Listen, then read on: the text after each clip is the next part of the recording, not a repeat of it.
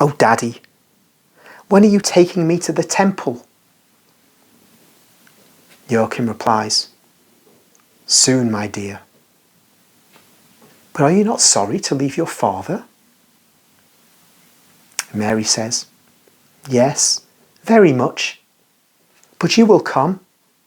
And in any case, if it did not hurt, what sacrifice would it be?" And Joachim says, "And will you remember us?" Mary replies, "I always will. After the prayer for the Emmanuel, I will pray for you, that God may give you joy and a long life until the day he becomes the Saviour. Then I will ask him to take you to the celestial Jerusalem." The vision ends with Mary tightly clasped in her father's arms. Just to note there, this point about Mary going into the temple, again, part of Catholic tradition. It seems to be known that this happened anyway in, say, 3rd century apocryphal works like the Proto-Evangelium of James. I think it's in there that Mary goes into the temple as a child, and it's known elsewhere, but it's obviously not in the Gospels. But this is why there's this understanding that Mary is dedicated by St. Anne and St. Joachim to God, and it's known she will go to the temple. That's how Mary keeps talking about it. But you can see St. Joachim is sad, and no doubt Anne, who's no longer speaking there, is sad too. This is going to happen. But there was this interesting point as well that Mary says, that when she's going to pray for the Emmanuel and pray for her parents, Mary says that God may give you joy and a long life until the day he becomes the Saviour. The phrase, until the day he becomes the Saviour. So in her mind, God becomes the Saviour. That shouldn't surprise us. It's very Old Testament. In chapter 12, verse 10 of Zechariah's prophecy, it says, when God is speaking, God says, "They will look upon me whom they have pierced." That is actually obscured in some translations, but that's what he said. They will look upon me whom they have pierced.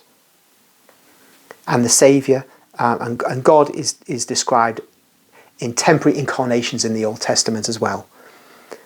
But there we have the belief that God will become the Christ, the Messiah, the Saviour. And the other thing that's worth knowing is I did say that when Mary asks, will her prayers bring forward the time when the Saviour will come?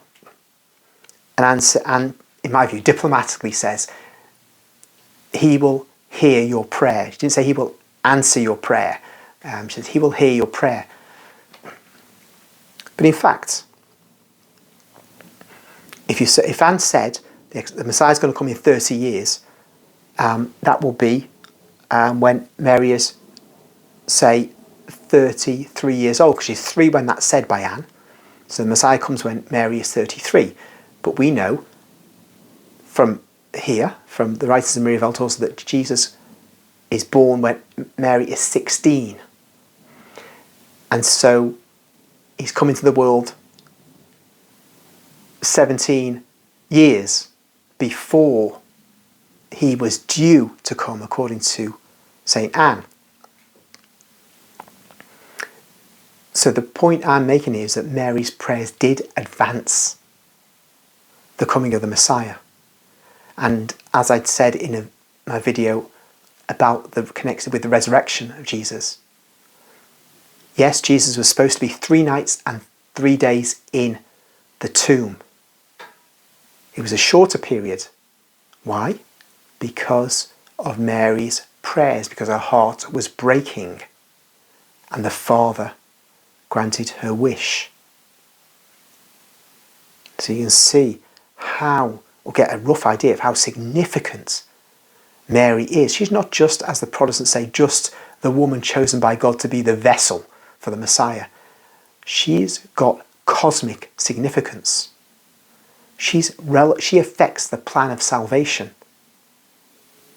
We Catholics, and we say, to be fair, the Eastern Orthodox, so they don't have the dogma of the Immaculate Conception. We understand the significance of Mary.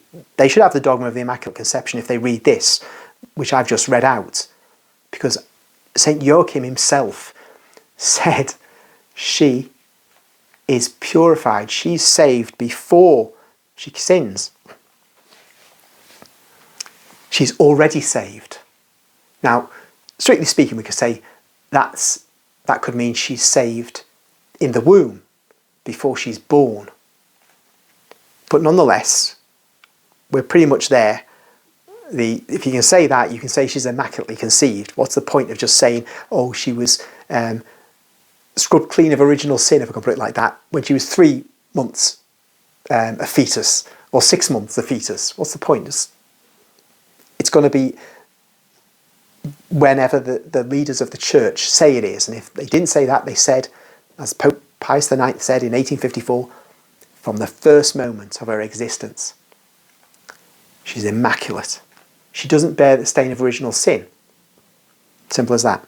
And this text supports that. So for those who want to say, oh, look, Mary's saying she wants to be a big sinner. The little girl is just talking about trying to understand how she can be loved by the Saviour. Like everybody must be a sinner to be loved by the Saviour, to be saved by the Saviour. And St. Joachim provides the key to the conundrum. No, you don't have to be a sinner. Don't have to be. And you, my dear, my little daughter, was saved before you sinned.